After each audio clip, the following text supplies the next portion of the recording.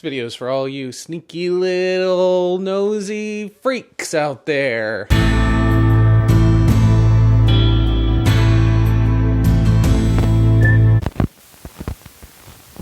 The internet has brought a lot of good into the world. We're able to connect with people across the globe, learn about anything throughout all of human history, and share perspectives that broaden our understanding of one another's experiences. And also play Mortal Kombat with a friend in Vietnam. There's no end to the possibilities! But that interconnectedness allows isolated individuals to become shit stirrers, living vicariously through others, getting wrapped up in the tangle of other people's lives. Some people simply can't help themselves become active participants rather than passive observers. Maybe it's human nature to want to be part of something, to leave your mark that drives people's nosy obsession over gossip and drama and also actual real-life crime. Some people take it upon themselves to get answers at all costs and investigate everything, even the innocuous, to the point their internet sleuthing causes more harm than good. Sure, you could use the internet to play Minecraft or video chat with a relative long distance, or spend hours scrolling through Wikipedia where you learn about Pep the dog who was falsely accused of murdering a cat and sentenced to life in prison. Or you could use Twitter and Reddit and TikTok to spread misinformation and pull up decades-old receipts about some random internet user who recently said something you disagreed with as proof they're human garbage whose right to life online is now forfeit. Stop it. Internet sleuthing comes in a variety of flavors, each dumber and more or less nefarious than the last. To me, there are a few subcategories of internet sleuthing. There's the harmless kind, where you mindlessly poke around someone's Facebook followers and tagged photos out of pure curiosity. There's lurking a stranger's Instagram you matched with on Tinder to make sure they're not a psycho with a second location kill room.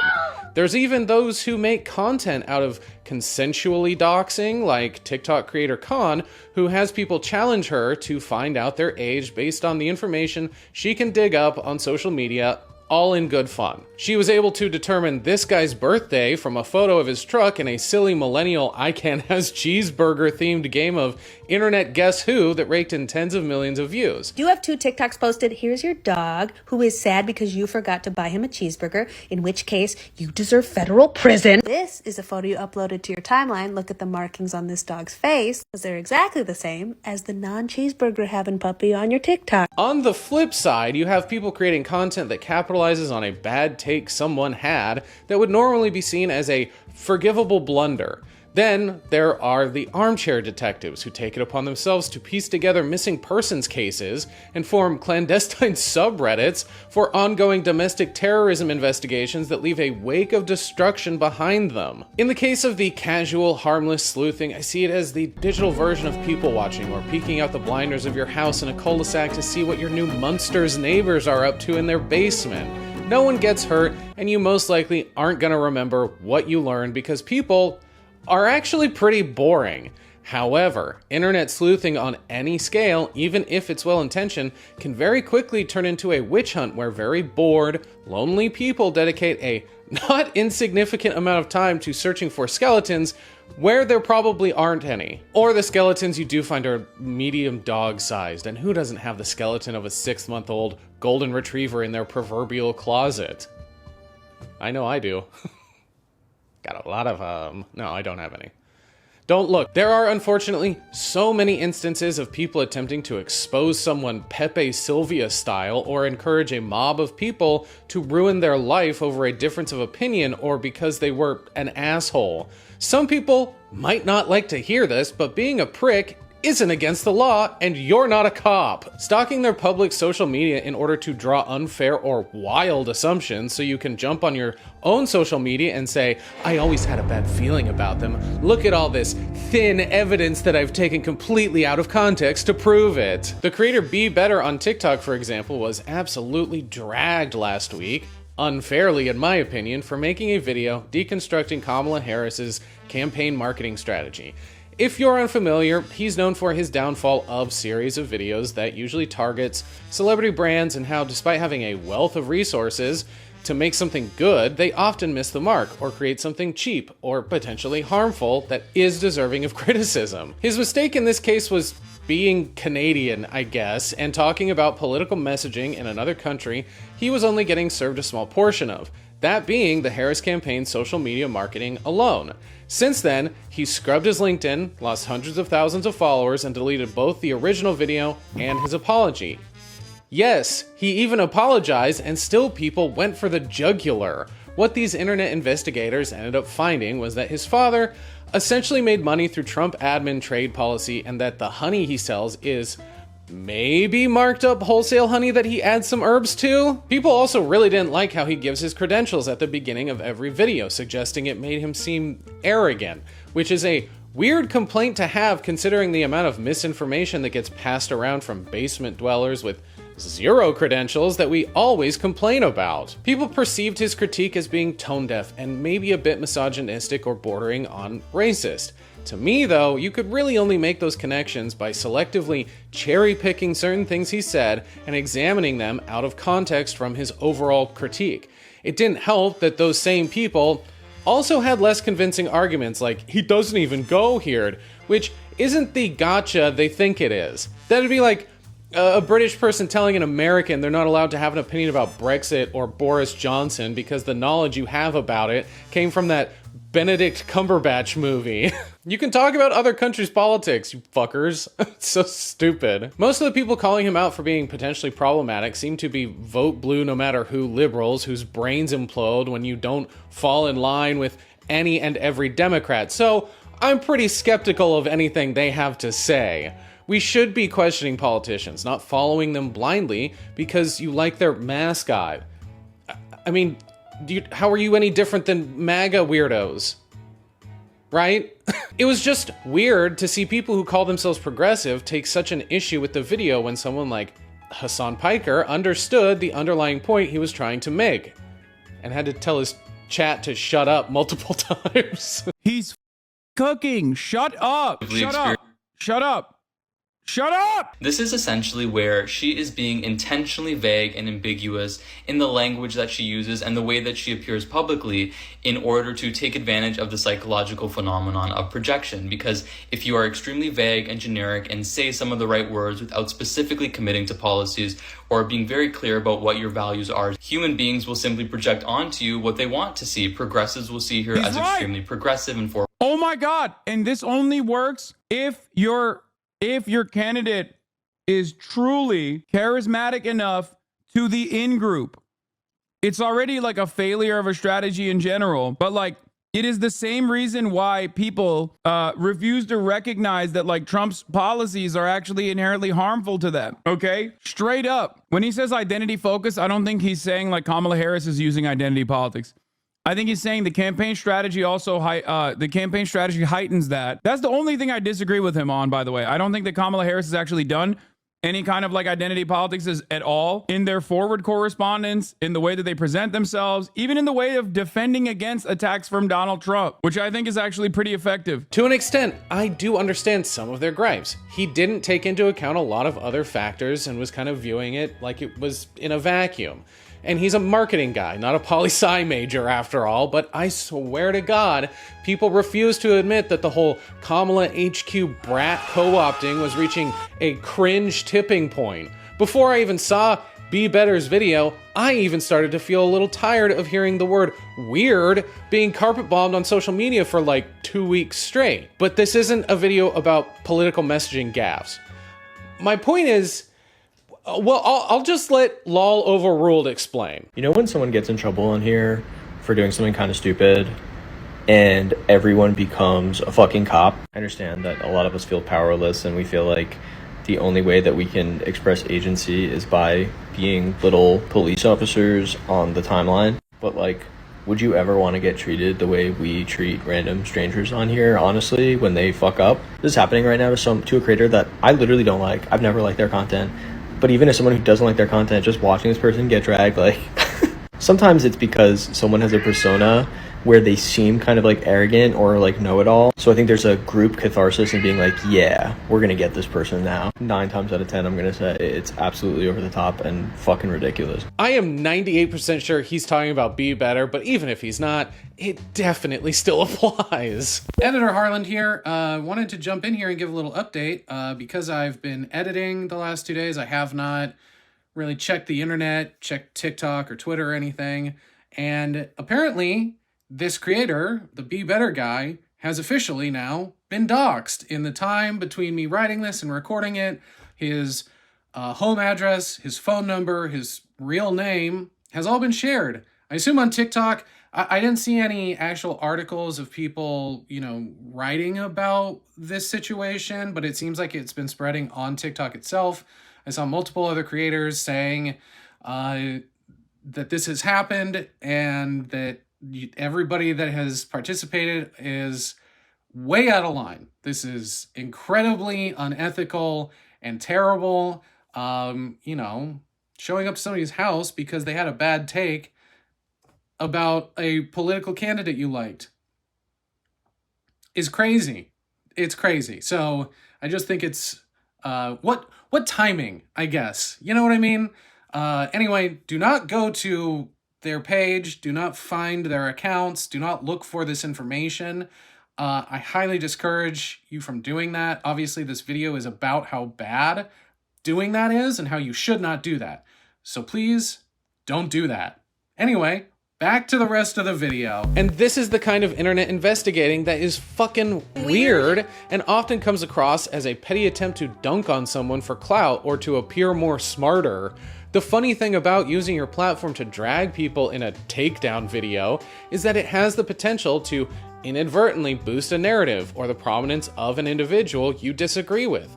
It's like whatever the opposite of the Streisand effect is. It could encourage those who do agree with them to rally to their side, creating an us versus them mentality that devolves into unproductive shit-talking and cyberbullying and non-consensual doxing. Or misinformation campaigns spread by a mob of armchair investigators calling for Twitter to do its thing. Before TikTok tone policing stitches, Twitter was used for this purpose, to find personal information of wrongdoers by appealing to the Twitter hive mind, sharing videos of racist Pennsylvanians or a guy punching a dog in order to find and prosecute the perpetrators. The trend has also been used to altruistic means, like trying to locate missing children and finding organ donors, which is depressing in a completely different way when you think about it long enough. Like tossing a coin in a fountain, people tweet the phrase Twitter do your thing alongside their desire to star in their own Netflix show or to find a wife or request Twitter make them a hamburger because they're hungry. At this point, it's more of a joke than an effective way to manifest results, but even when people don't apply the exact phrase, the intention of having Twitter do its thing is to find information in a sort of decentralized way that can be compiled as evidence to exact some kind of judgment or vengeance. Usually, this comes in the form of getting someone arrested or fired or run off the internet entirely. It's often used simply as a means to dox someone without actually saying you're doxing someone, regardless of the intensity of the perceived crime. You get enough people using anonymity as a shield to rally to a cause, and their behavior can quickly devolve into cruel and sadistic. Internet sleuths just end up recreating the Stanford prison experiment where 4chan and Reddit detectives keep pushing the boundaries of what is ethical to the point they scare people into moving to another state like they're living in witness protection. Doling out justice via exposing someone online has unintended consequences in that there are always people who take it too far and end up not just doxing the right person, but their entire family as well. There's no right person. You shouldn't dox. That's not what I'm saying. They think that it's the right. What the fuck did someone's Mima do to deserve getting death threats exactly, besides being biologically related to the racist Karen you're trying to get fired? The collateral damage makes social pariahs out of bystanders and can deprive them of their livelihood by getting them fired over what boils down to a miscommunication or error in reporting. People tend to chalk this up to, wow. Another tongue twister. People tend to chalk this up to toxic cancel culture or the woke mob, which is just inaccurate because in the case of Gamergate, a bunch of incels threatened women to the point they had to go completely off-grid out of fear they were going to get murdered in their own homes. It's more complicated than simply being a symptom of cancel culture because anyone with any sort of worldview can participate. Sending death threats is an extreme case of cyber sleuthing, but I don't know that even calling to have someone fired because of something they said online is just either, because there can be a mob mentality even over the most trivial offense. Ideally, we'd be able to turn it into a teachable moment for the person spreading hateful or ignorant rhetoric and give them a chance to reflect. But when enough people are loud enough, the better, more nuanced approach is drowned out. Once it gets back to an employer, the legitimacy of the complaints don't really matter anymore, and the company can determine as they see fit whether your public internet usage aligns with company values or not. It's a double-edged sword where obviously racist and xenophobic Instagram stories are not what a company wants to be associated with, but the power they wield means they can fire you simply because they don't like a representative of the company having a meme account on Instagram. What is this shit, Daryl? They can cook up whatever excuse they want to can your ass, even when you're not being racist on Maine, which is a whole other messy issue unto itself. Every state in the US has some form of at-will employee with the exception of Montana. Fucking way to go, Montana. Which means they have the right to tell you to hit the bricks for pretty much any reason as long as it's not discriminatory in the following ways. Go ahead and skip to this time code if you would rather not hear about suicide and cyberbullying. This kind of vigilante justice has gone far beyond just doxing people, resulting in the deaths of countless young people basically since the advent of the internet. In August 2021, 14-year-old Salvador Rios took his own life after being cyberbullied and doxed with personal information only a few people knew about that was posted on Instagram. This bullying by way of cyber sleuthing is a line that has become blurred among online investigators who use their internet connection for vicious and depraved reasons. It's so easy to find information online that it's almost common practice for people to always be on the lookout for a smoking gun of some kind. Even if you're sleuthing with good intentions, the ethics of inserting yourself into a stranger's life or an ongoing investigation can result in the destruction of a person's reputation and implode an entire family, like in 2013 when rumors spread online about Sunil Tripathi. Tripathi was a suspect in the Boston Marathon bombing based on speculation by Twitter and Reddit users suggesting Sunil bore a resemblance to one of the suspects. These reports were eventually picked up by actual news outlets and journalists who were spending way too much time on r/find Boston bombers. It was later determined that Sunil had been missing for some time and committed suicide a month prior to the bombings due to his ongoing struggle with depression.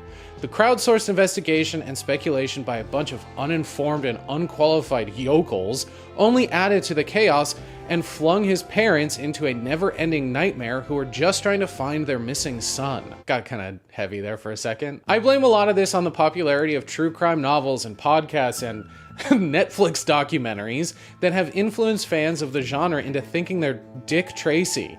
Media has absolutely affected how people perceive the process of uncovering truth to the point it has deluded a fanatical minority to carelessly research and gather evidence about any particular case and then share it with the world, sometimes to the detriment of the investigation itself. The repercussions of sticking your inexperienced and untrained nose where it doesn't belong, especially when there are real-life victims involved, can make it harder for actual licensed professionals that negatively affect the efficacy of their work. A lot of the time, these cyber sleuths will attempt to continuously contact people involved, which is just harassment and typically carried out by multiple investigators because they all talk to each other and create Facebook groups and subreddits. Lucky for you, one of my good friends is a licensed investigator who works for defense attorneys on all manner of cases who we'll call Carl. Carl provided me with some insight into what it actually looks like to solve a crime and gather evidence that would be used in any legitimate court proceedings. For starters, continuously hounding witnesses or victims can make them unwilling to participate in an investigation and scare people away who might have valuable knowledge.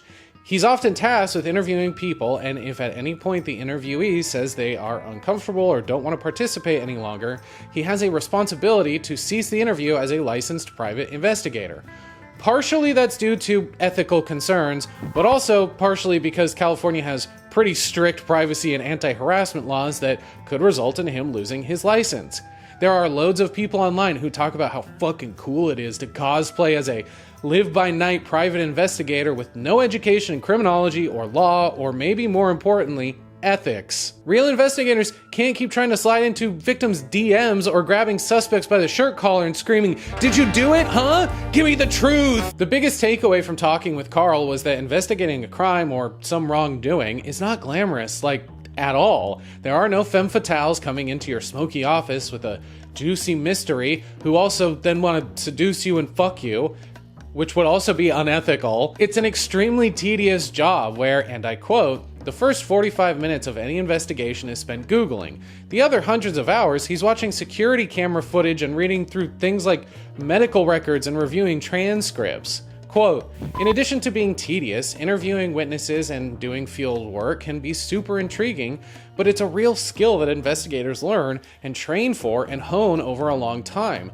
It's like a discipline, not unlike carpentry, or, I don't know, being a pilot." Internet sleuths seem to think due diligence is finding someone's LinkedIn and looking at Google Maps, throwing that information out into the digital void, and then patting themselves on the back. Carl said there is never a smoking gun that will break a case wide open, and there is no instant gratification because it's not a fucking movie where hundreds of hours or years of work is summed up in a 2-minute montage. He did also say that while the job can weigh pretty heavy on your heart and soul, it's also extremely fulfilling knowing that all the tedium could literally save someone's life. Cyber sleuths and even the general public, on the other hand, want quick retribution. But the thing about solving something like a terrorist bombing or interstate drug trafficking ring is that it takes a long time to gather evidence and request resources and subpoenas and drive to a part of town you didn't even know existed to interview objectively scary individuals. My dad is a police chief with over 40 years of service who has told me about several cases that have lasted for years before they closed the book on it because he wanted it done right and as ethically as possible. I'm talking about major crimes that involve working with federal agencies to make sure whatever charges are brought actually stick, not, home invasions and shit. Although those still should be done ethically. Those are the ones that take the longest, is what I'm trying to say. It's boring and tedious, and from what both Carl and my dad have told me, very depressing at times. It's not Chuck Norris running around kicking people to death in the street in order to get answers or find ambiguous bad guys. The real heroes are the people spending 200 hours filling out paperwork. Just a little sidebar, considering I think everybody knows what my politics are. I don't want this to be misunderstood as copaganda, because I'll be the first to say ACAB. I just wish there were more cops who took my dad's approach to policing. I didn't choose that that's what he wanted to do with his life. He's one of the good ones. No. For a society that spends so much of its time online and worries about surveillance and privacy, we sure are quick to participate in call-out culture and cyber sleuthing. People very easily convince themselves that their detective work is just and moral, regardless of the ethics or legality, or whose life might be destroyed alongside those who deserve it through their carelessness. Because platforms don't really have a mechanism in place to curb this behavior, we have to police ourselves from policing others. And to be quite frank, if platforms had more robust systems in place to discourage cyber sleuthing, it would probably risk being perceived as censorship and stifling free speech, especially if users are simply sharing publicly available information. Every aspect of virtual investigating is pretty murky, and there is no good solution at the moment because yes, while calling out racist or misogynistic behavior or unpunished violent crime is good and sometimes, unfortunately, necessary, there will always be those who take it too far and harm innocent bystanders, or get a case thrown out because they interfered in what is a lengthy process. But running someone off the internet because of a bad take, or trying to cancel someone because they're related to Trump supporters, maybe take a step back and reflect before stitching someone on TikTok or tweeting the coordinates of their mother-in-law's whereabouts. You lunatic. That's the video. Thanks so much for sticking around. If you made it this far, that means you're special. Now you have to follow the rules of the channel, which are you have to like, you have to comment, you have to share, and you have to subscribe. I would really much appreciate it if you did all of those things. If not, I'll never know about it. Thank you once again for your continued support of the channel. To all my new subscribers, hey, what's up? Welcome to the channel. Go follow me on Instagram where I post updates about the channel and other stuff. And that's it. So until next time, vanish.